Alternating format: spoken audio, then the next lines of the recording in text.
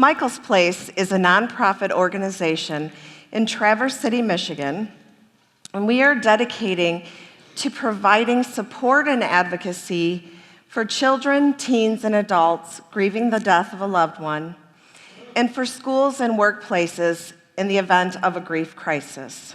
For 18 years, Michael's Place has helped thousands of grieving children, teens, and adults through their grief crisis, through their grief journey. Our founder, Dennos, she dreamed of an organization that truly helped healing children. And 18 years ago this month, I was hired as the executive director to build an organization that had the concept, this wonderful concept that Chris had created to help grieving families. We had a logo and a brochure. I understood what grief and loss felt like, but what was I going to say?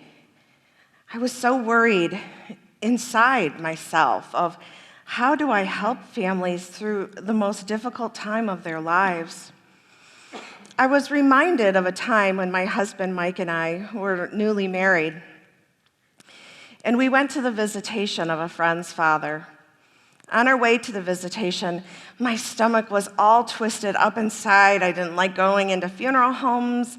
What am I going to say? Have you all felt that way at some point? Probably. What am I going to say?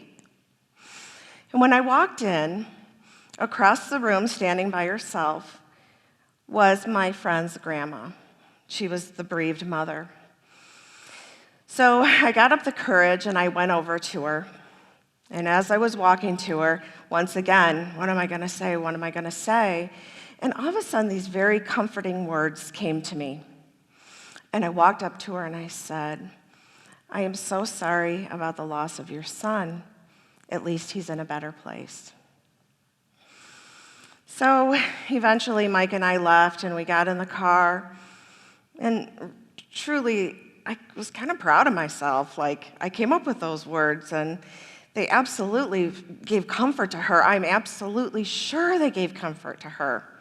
And so I said to Mike, listen to what I said. And Mike looked at me and said, Mindy, that is awful. Awful. No, it couldn't be awful. He must have misunderstood what I was saying. Well, when Mike was 16 years old, his oldest sibling and only brother died from cancer. And so he went on to say, you know, Mindy, when you're in that stage, it is so hard to hear those words because no matter what your faith or your belief is, the best place, the better place, is here with you. And so that's really difficult to hear. So as I sat and pondered, what am I going to say? At least I had the wisdom of Mike, perhaps not the delicate delivery of Mike, but I had his wisdom to take with me. So for 18 years with Michael's Place, I have searched for the perfect words. And what I have told families, grieving families as well as those who are trying to help someone who's grieving, that a magic wand does not exist, and that the perfect words do not exist that will take the grief, the sorrow, the hurt, and the pain away. So as I was pondering and really reflecting on these last 18 years of working with grieving families, thinking about what I would say here today, I realized that we all have this amazing capacity to do something spectacular, every single one of us in this room, and that includes you. We all have the amazing capacity to bring hope to those who are grieving. Hope is what, when we grieve, we long for. Hope. The basis of hope is the understanding that things can get better. And if in this minute you can give me hope so that I can get to the next minute, that is what I need when I am grieving. So we all have the ability to bring hope to those who are grieving. And there are a lot of ways that we can do that, but today I want to focus on two very simple ways that every one of us in this room can participate in and to bring hope. We can bring hope by listening and by remembering. When I started at Michael's Place, we had an office, and I pulled out a table and a chair from my garage. I had a computer, a printer, and a phone, and I was ready to go.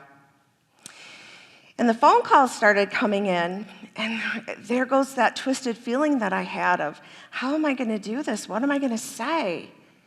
Until that one phone call came in that changed everything for me. I call this Ketchup and a Casket. And you can laugh. So a woman called, and she was really emotional, and here is truly the crux of her story. She said that her mother loved McDonald's ketchup. She loved McDonald's ketchup. And her mom died. And she wanted so desperately to put McDonald's ketchup packets in her casket. That's what she wanted to do. But what happened was her dad and her siblings said, no way, we're not putting McDonald's ketchup in your mom's casket. And she said, but Mom loved McDonald's ketchup. And she lost on that one. And she didn't put McDonald's ketchup in her mom's casket.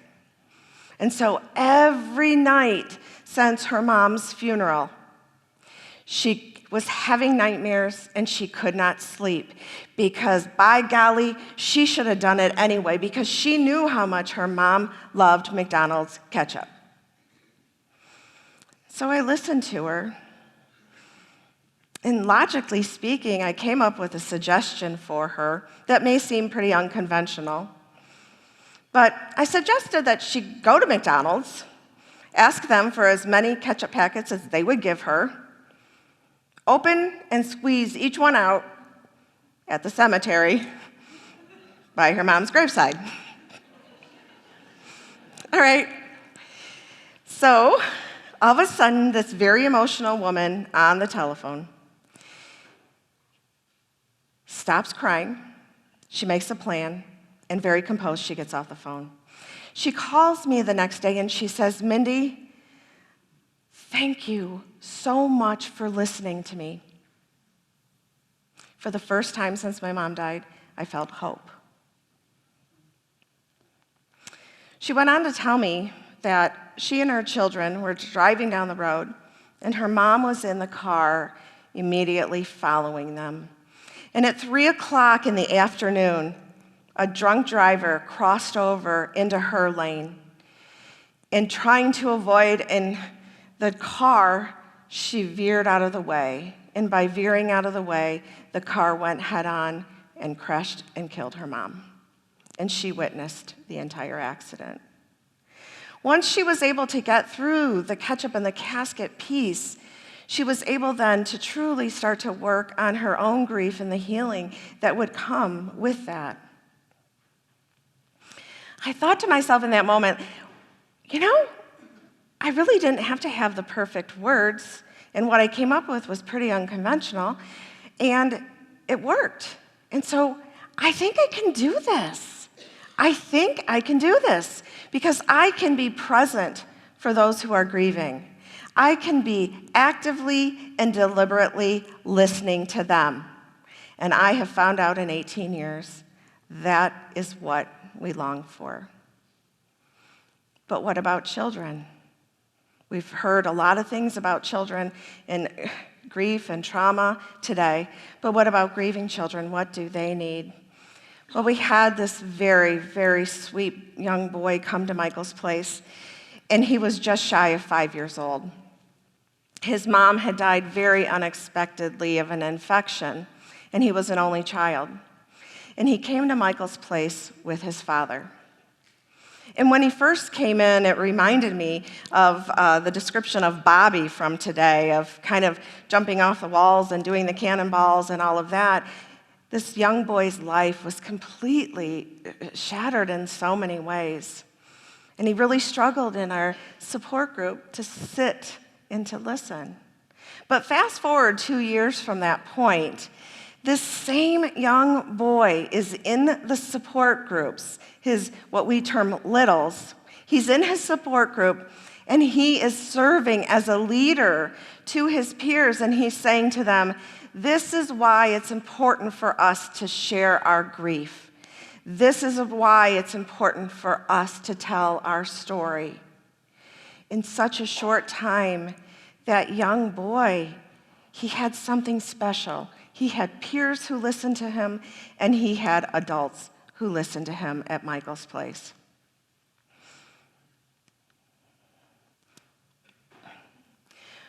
If you're wondering how it is that we listen, what we need to do is simply be silent. And if you look at those words, listen and silent, they're made of the same letters. Focusing on the individual, whether it's an adult or a child, and truly being there to listen, being present and listening deliberately is such an incredible gift that we can give to them. According to the National Alliance of Grieving Children, 1 in 7 children will lose a parent or a sibling by the age of 20. Children's grief is very different than adult grief. You see, they understand death in a very different way according to their developmental age. So a child who's 2 to 4 years old, that child would look at death not as permanent. So you might hear a child say at that age, my daddy died. I wonder what time he'll be home for dinner. For someone who's 4 to 7 years old, they still don't necessarily see grief as permanent, but now they also have blame. And so if they ever had any bad thoughts about that individual, they start to think, this is my fault that this person died. And for teenagers, they're just trying to make sense of all of it, just like we do as adults. Listening. Children are resilient. We've heard that so many times today. Children are resilient. But children are only resilient if they are given healthy healing opportunities. According to Harvard University,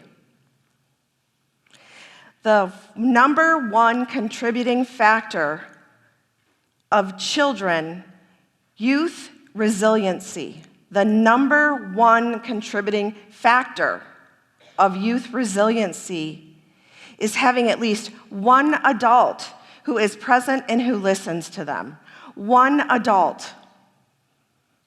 It can be a teacher, a parent, a coach, someone at Michael's place. But it's one adult. And here's the difference. For children, youth who have at least one adult, they will do well in school, and they are prone to be civically engaged.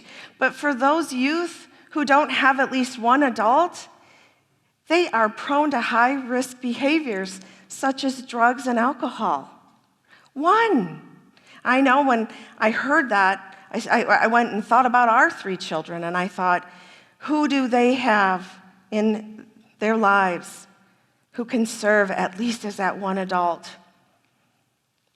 It could be you.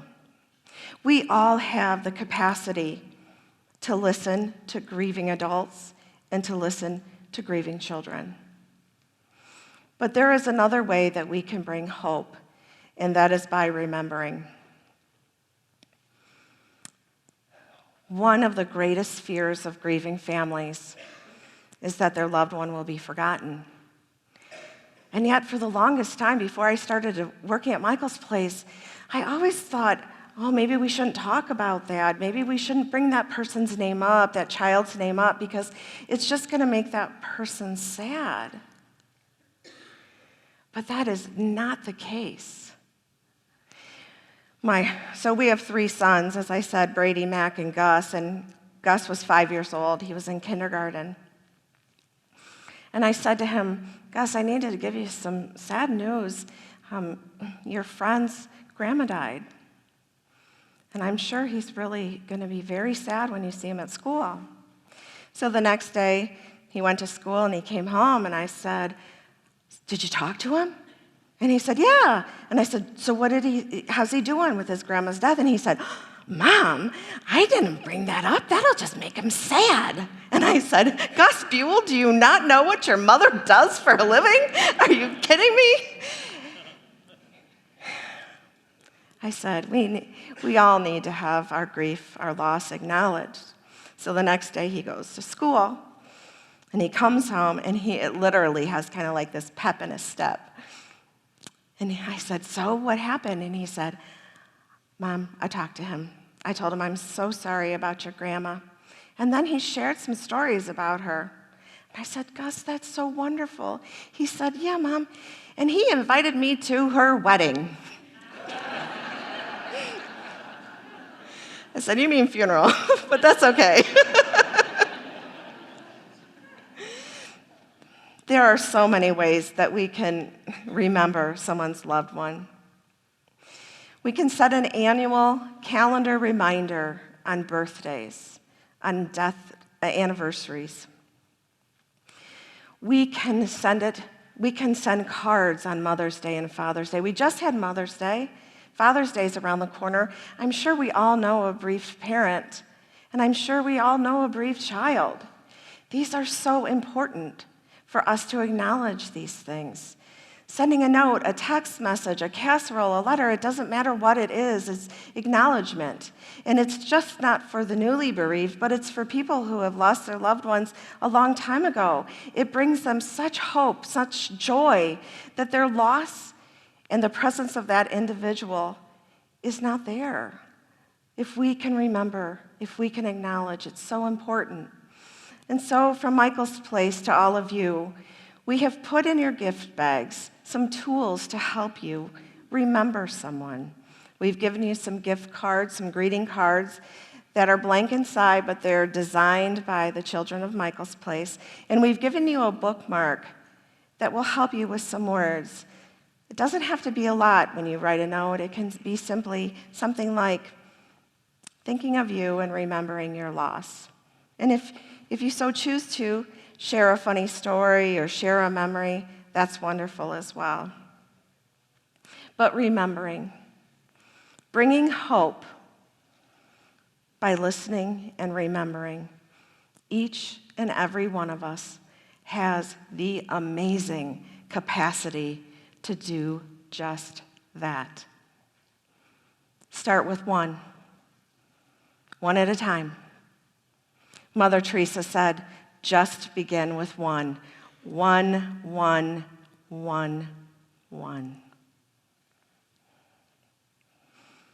We can all do it. No magic wand, no perfect words, just remembering. Thank you.